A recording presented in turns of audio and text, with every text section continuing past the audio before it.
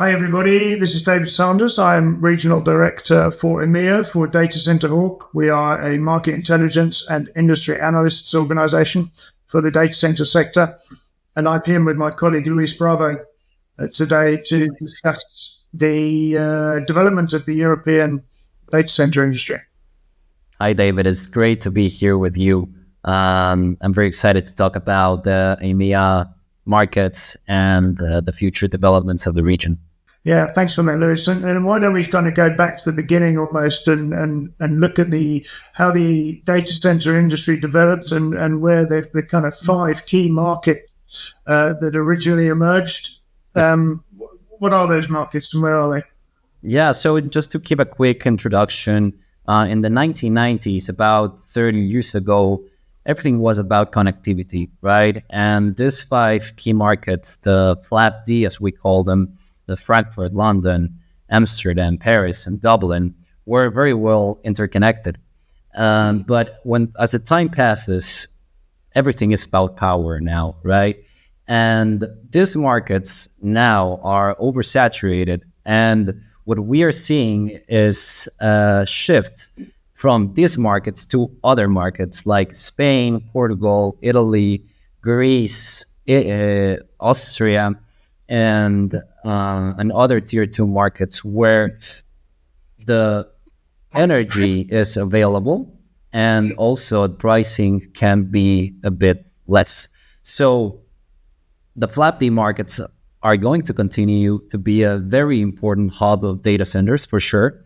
But at the same time, new markets such as the ones that I just mentioned are going to be emerging in the region. And I will be very happy to dive deep in each one of them. But how do you see the market, David, in this sense? Yeah, I think I broadly agree with what you've just said. And like you say, if we go back 30 or maybe 35 years to the very beginning of the data center industry in the European region, those key markets of Frankfurt, London, Amsterdam, Paris, and Dublin, they were very much established on the back of already existing strong business communities in those cities, especially financial services. Financial services was going through a revolution, moving to kind of very much online or automated banking processes and trading processes. And a lot of connectivity was needed to manage that change and that shift to online businesses. And of course, back in those days, before both of us joined the data center industry, land and power were relatively easy to obtain to establish a data center business. So the companies that we see who kind of spearhead our industry, the Digital Realties, the Equinixes, the telehouse companies in the European sector, companies also like Global Switch, they were quick to set up in all of those key markets, and all based off the back of very strong connectivity solutions. Yeah, that makes sense, David. And I remember back in the days, 10 years ago, when I started in the data center industry, a big deal was considered to be 200 or 300 kilowatts. Now, that is just nothing, right? Now we're talking about gigawatts, and it's very interesting what's going on in the regions. The FLAP-D markets, as I said at the beginning, are so oversaturated, and the availability of power in these regions is very limited. So this is why we are seeing a shift from these markets to other markets that have land, power, and the regulations are better. Talking about government regulations, and well, yeah, this is what we're seeing. The markets it's going to.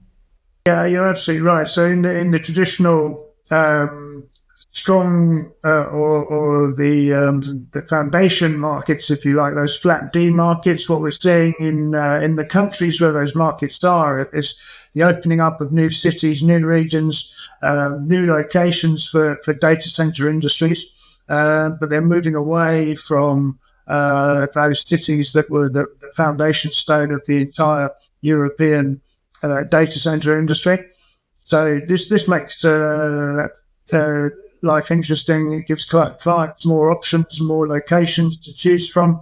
Connectivity is still very important for data center businesses because without fiber, without telecom solutions, nothing gets in or out of the building in terms of data transfer. So new markets are opening up in these existing countries. But I think you touched on it earlier as well, Luis. We're also seeing new markets in the overall European region open up, and in particular in the north and the south of the continent. So I know you've been working and studying those markets very closely. What can you tell us about Southern Europe, for example? Yeah, for sure. Let me start with Spain. As I'm based here in Madrid, I would love to start with Spain. And when you think about Spain, you have to divide it in three main regions for sure. For sure, it would be Madrid, the Spanish capital, then Barcelona and Zaragoza.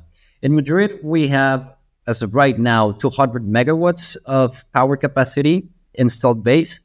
But what we're seeing in the future, in the coming years, is that this capacity will be double or triple from the next few years. So the growth of the region is going to be very interesting to see. Also, when you talk about Zaragoza, we are seeing hyperscaler developments, and the activity there is that the activity there that is going on. We are having investments of more than 33 billion euros.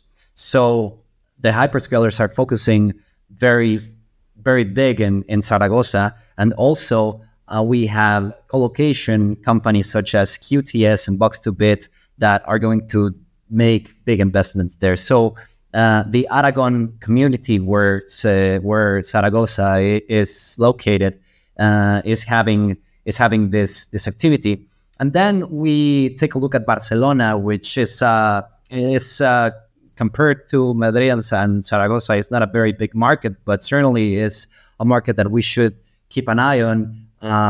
Has 50 megawatts of installed base, and for sure in the future will grow, and we should keep an eye on that. And recently there was an announcement of Edge Energy, in which they are going to build a 2 gigawatts data center in the Extremadura region, which is very close from the border of Portugal. So a lot of activity going on in Spain. Okay, so that's Spain, and then what about neighboring Portugal? Yeah, so Portugal is very interesting as well, since it's right now it's not a very big market, but it's about to become one. And the main reason of this is because Lisbon is the gateway of Europe, in which we're able to see landing stations there. They receive the subsea cables, and from there they distribute it to the whole Europe, or the whole continent. And that's for the Iberia Peninsula. And when we talk about then going to Italy, we have several developments and a lot of activity going on there. More than 30 billion euros of investment have been announced over the past few months. Hyperscaler activity is very high, in which definitely we should keep an eye on. And not only hyperscaler activity, but also co-location facilities are investing there. And one thing that we should consider about Italy is their geographic location, since it's in the center of Europe, if we would say, because its neighboring countries are France, Switzerland, and Germany. So this makes Italy a strategic geographically positioned to companies to invest in, and especially in the northern region, which is called Lombardy, where Milan is located. And well, that's for Italy. Let me dive deep a bit about Greece, in which recently we have had several announcements of the data center developments. For example, Data 4, Quadrivium, Gemini, and more. We've seen more than 200 megawatts of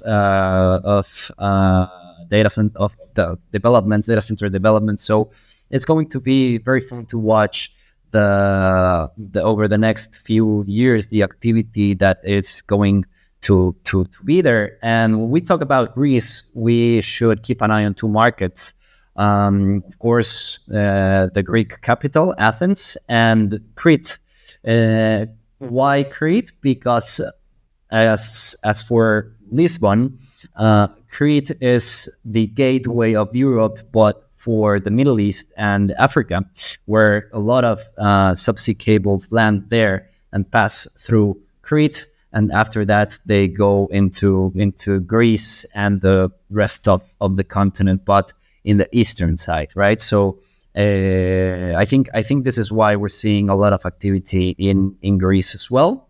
And last but not least, I would like to talk about Poland, in which also is located in the eastern part of Europe, and this makes as well strategically positioned geographically because it's right in a neighboring country of Germany, and the construction costs and the energy costs can be less. So this is why companies, colocation companies, are going there. Very interesting, and especially the comments that kind of hark back to the earlier points we made about the emergence of the industry in the 5 key markets in Europe.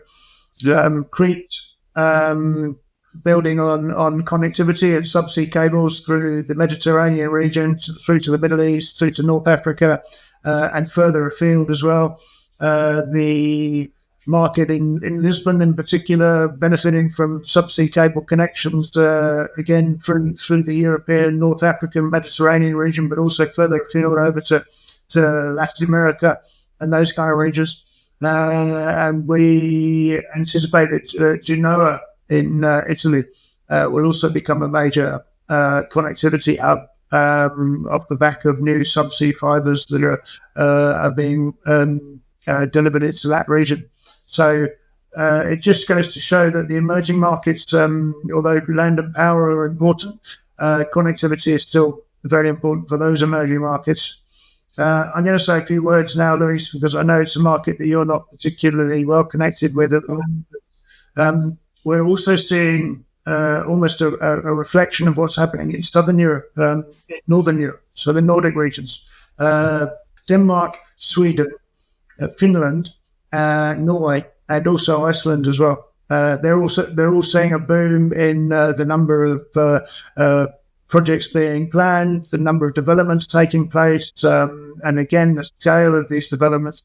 100 megawatt capacity planned in one location, 250 megawatts in another. The size of these campuses, the size of these facilities, and the projected utilization that's coming down the line is unprecedented in this industry. And David, now that you're talking about the Nordics, I've seen that the major developments are kind of different than the ones that we're seeing in the Southern Europe. And let me explain what I mean.